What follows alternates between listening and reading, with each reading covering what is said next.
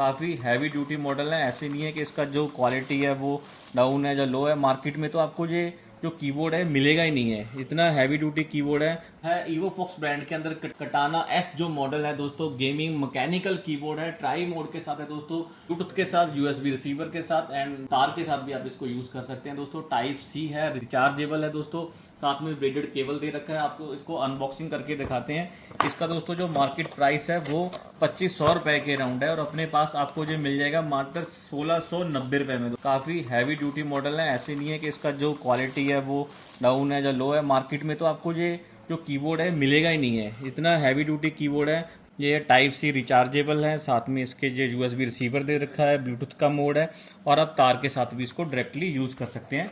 Wired mode पे भी आप इसको यूज कर सकते हैं। साथ में आप देख सकते हैं कि इसके ब्रेडेड केबल है टाइप C वाला, काफ़ी अच्छी क्वालिटी में, साथ में कुछ एक्स्ट्रा कीज भी दे रखा है। सो आपको मार्केट में ये कहीं नहीं मिलने वाला। अगर मिलने वाला तो हाफ ए डील्स पे दोस्तों, मार्केट से घंटे सस्ता भी है, GST बिल के साथ भी है। ऐसे और आइटम जानने के लिए आप हमारा जो पेज है वो फॉलो कर सकते हैं एंड कृपया वीडियो को ज़्यादा से ज़्यादा शेयर करें। Half A deals Mohali. Thank you दोस्तों।